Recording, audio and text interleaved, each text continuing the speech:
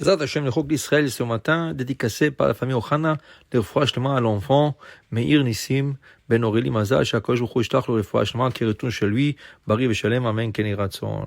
Dit la Gemara, Baba Kama, 17b, Tanu Rabbanan, Chachamim nous enseigne, Tarnegolim, Shayum, Africhim, Mimakom Lakom. On parle de poulet, mais on va, Bezrat Hashem, actualiser cette Gemara à la fin. On parle de poulet, chacun il avait dans son jardin des poulets et des chèvres. Okay?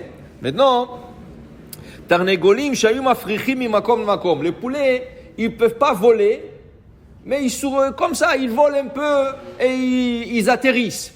Et il dit ici des poulets qui essayaient de voler d'une place à une autre, et voilà, là où ils sont atterris, il y avait des kelim, il y avait comme des verres, et ils sont tombés sur le verre est tombé par terre, il s'est cassé.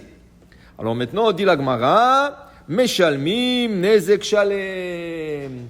Puisqu'il est tombé directement sur l'ustensile, ou il a frappé directement avec son aile sur l'ustensile, le Baal Habayit, le propriétaire de ce poulet, devrait payer 100% de dommages. Il devrait payer la valeur de ce verre qui a été cassé. Mais, dit la Gemara, si le poulet n'est pas tombé sur l'ustensile directement et il a fait du vent avec ses ailes, Beruach chez Bekanfehem, Meshalmim Chatzi Nezek, ils paieront que la moitié de dommages. Pourquoi? Parce qu'il n'y a pas une action directe. C'est une action indirecte. Ils ont fait du vent. Le vent a frappé sur l'ustensile est tombé. Dans ce cas, c'est indirect et le propriétaire paiera 50% de dommages seulement. Sumchus Omer, Nezek Shalem. Sumchus dit, même cela, ça mérite de être payé à 100%. Tanya Haïdar, dans une autre braïta, on a étudié Tarnegolim, Shayum Desin al Gabeisa, de poulets qui sautaient sur une pâte. Une femme a préparé sa pâte de Shabbat pour faire la challah. Sont venus les poulets du voisin, ils se sont mis sur la pâte. Ou le voisin, il avait un bol avec des fruits, sont venus les poulets du voisin, ils ont commencé à piquer dans les fruits. Maintenant, personne ne va manger cette pâte, personne ne va manger ces fruits qui ont été piqués. Alors, dit la Gemara, puisque c'est un dommage direct, dans ce cas, le propriétaire des poulets paiera 100% de dommages. Il paiera la pâte ou il paiera les fruits qui ont été endommagés. Mais, si le poulet n'ont pas fait un dommage direct, ils ont fait un dommage indirect, veut dire qu'ils ont essayé de voler un peu et ça a fait monter de la poussière. Et la poussière est partie sur la pâte. Okay?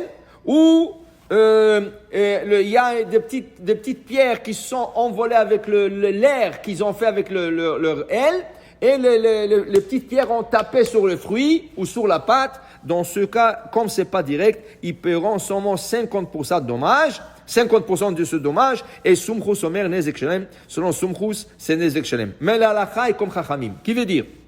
La halakha fait une distinction entre un dommage direct et un dommage indirect.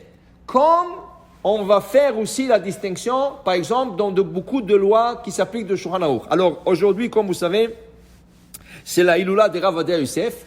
Et Rav Ovadia Yosef, c'était un des premiers rabbins au monde qui a écrit une responsa sur le frigidaire.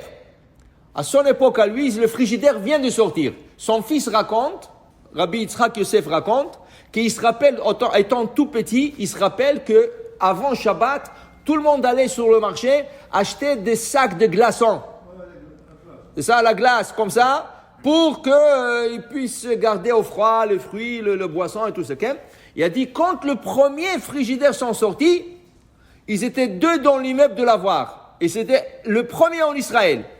Le Rav Ovadia Yosef et le Rav Ben Sion Abba Shaul. Maintenant, il raconte que le problème était que quand tu ouvrais le frigidaire, la porte du frigidaire, la fan se mettait en marche. On ne peut pas mettre une fan en marche le Shabbat. La question était, est-ce que c'était permis ou pas? Rav Ovadia Yosef s'est penché sur la question, comme plusieurs questions halachiques difficiles, et il a décidé que c'est permis. Pourquoi? Voilà la source ici. Une action indirecte. Ça s'appelle dans la halakha, vous allez voir dans la halakha, ça s'appelle grama. Grama veut dire indirect. Est-ce que toi, tu allumes un interrupteur pour allumer la fan du frigidaire? Non. Toi, tu ouvres une porte. Ouvrir une porte, c'est permis? 100% c'est permis. Qu'est-ce qui arrive maintenant? Indirectement, l'air chaud de la pièce, il rentre dans le frigidaire. Quand le thermostat du frigidaire détecte l'air chaud dans le frigidaire, automatiquement il se met en marche. Mais ça prend quelques secondes. Quand ça détecte et quand ça se met en marche. C'est une action indirecte. Gramma, c'est permis. Alors il a dit que c'est permis d'utiliser le frigidaire le jour de Shabbat.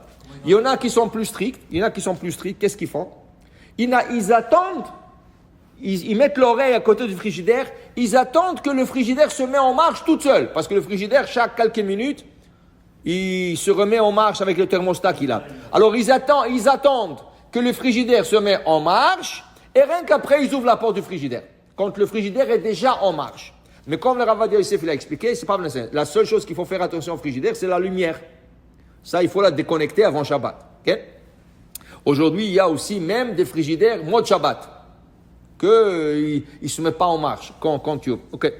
Mais son fils, Rabbi Yitzhak Yosef, raconte que son père, depuis qu'il a acheté le frigidaire, il a écrit une responsable qui s'est permis tout ça. Il n'a jamais, jusqu'à la fin de sa vie, il n'a jamais ouvert le frigidaire une fois dans le Shabbat. Toujours il a appelé un enfant, toujours il a appelé quelqu'un pour ouvrir le frigidaire, mais pas un adulte, un enfant. Pourquoi? Il a dit c'est permis. C'est 100% permis, il a écrit. Okay? Et quand les gens le demandaient, il leur a dit c'est permis. Lui, il était toujours strict sur lui-même. Il était strict. Il assouplissait sur le monde, il aidait au monde, okay? Il leur permettait des choses, mais lui, il voulait être comme toujours avec l'opinion qui sont plus strictes. Alors c'était une idéologie. Par exemple, il a dit la matzah, toute l'année c'est maisonnote. Mais jamais il a mangé la matzah dans l'année. Jamais. Pourquoi? Parce que le Rav Ben Ishra était strict là-dessus, et le Rav Ben Ishra dit non, la matzah c'est moti. Alors dans ce cas, il a dit, puisqu'il y a des opinions, c'est pas le seul, il y a des autres, des opinions qui disent que la matzah c'est moti, il voulait jamais prendre la matzah dans l'année et faire maisonnote. Mais quelqu'un lui demandait, c'est quoi la bracha sur la matzah? T'as assez maisonnote, 10 maisonnotes.